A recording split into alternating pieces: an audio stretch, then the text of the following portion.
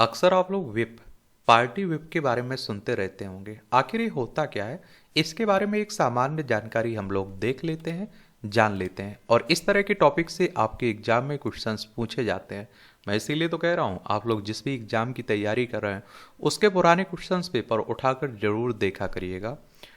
Party whip होता क्या है? संसद में विप एक राजनीतिक दल द्वारा विधानमंडल में अपने सदस्यों को जारी किया गया निर्देश है, और जिसमें उन्हें विशिष्ट विधेयकों, प्रस्ताव या फिर संकल्पों पर चर्चा और निर्णय के दौरान होने वाले मतदान की विधि के संबंध में जानकारी दी जाती है।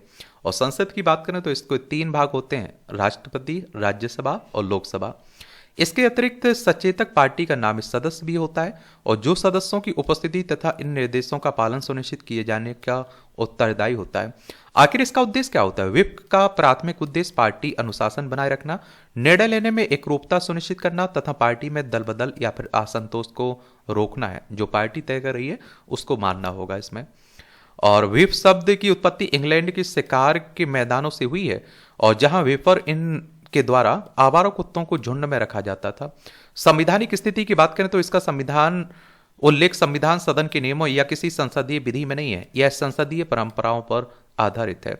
व्हिप के प्रकार क्या है? वन लाइन व्हिप यह सदस्यों को वोट देने के बारे में सूचित करने के लिए जारी किया जाता है। यह किसी सदस्य को पार्टी लाइन का पालन न करने का निर्णय लेने की स्थिति में दूर रहने में सक्षम बनाता है।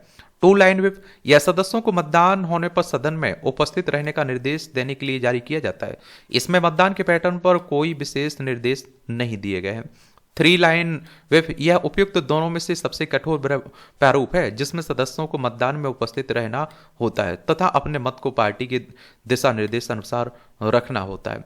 अगर हम लोग इसकी कार्य की बात करें तो उपस्थिति सुनिश्चित करना, पार्टी सदस्यों की उपस्थिति सुनिश्चित करने और सदन में कोरम बनाए रखने के लिए जिम्मेदार है। समर्थन प्राप्त करना, विशिष्ट मुद्दों के पक्ष या फिर विरोध समर्थन प्राप्त करने के लिए कार्य करता है। अनुशासन बनाए रखना, यह सुनिश्चित करना कि पार्टी के सदस्य पार्टी के दिशा निर्देशों का पालन करें तथा स्थिर लोकतांत्रिक संस्थाएं बनाए रखें। असंतोष की पहचान करना, सांसदों के बीच असंतोष के संकेतों पर नजर रखना, पार्टी नेताओं को इसकी रिपोर्ट करना। आंतरिक पार्टी समन्वय, तो ये आप देखिए संसद के भीतर पार्टी समन्वय बनाए रखते हुए एक एकीकृत शक्ति के रूप में कार्य करता है। व्हिप का उल्लंघन, तो यदि कोई संसद या आप देखिए संसद सदस्य या फिर विधानसभा सदस्य पार्टी व्हिप की अवहेलना करता है तो उसे दल बदल विरोधी कानून के तहत निष्कासन का सामना करना पड़ सकता है, जब तक कि आप देखिए 2/3 से अधिक सदस्य असहमति न जताएं, जिससे पार्टी के भीतर विभाजन की संभावना होती है। कोई सदस्य अगर व्हिप के खिलाफ जाता है तो उसकी सदस्यता जा सकती है, उसी की बात हो रही है। एक कॉरम शब्द भी आता है संसद में। आप देखिए कॉरम, एक कॉरम किसी सत्र को वैध माने जाने के लिए उपस्थित रहने हेतु आवश्यक सदस्यों की न्यूनतम संख्या है।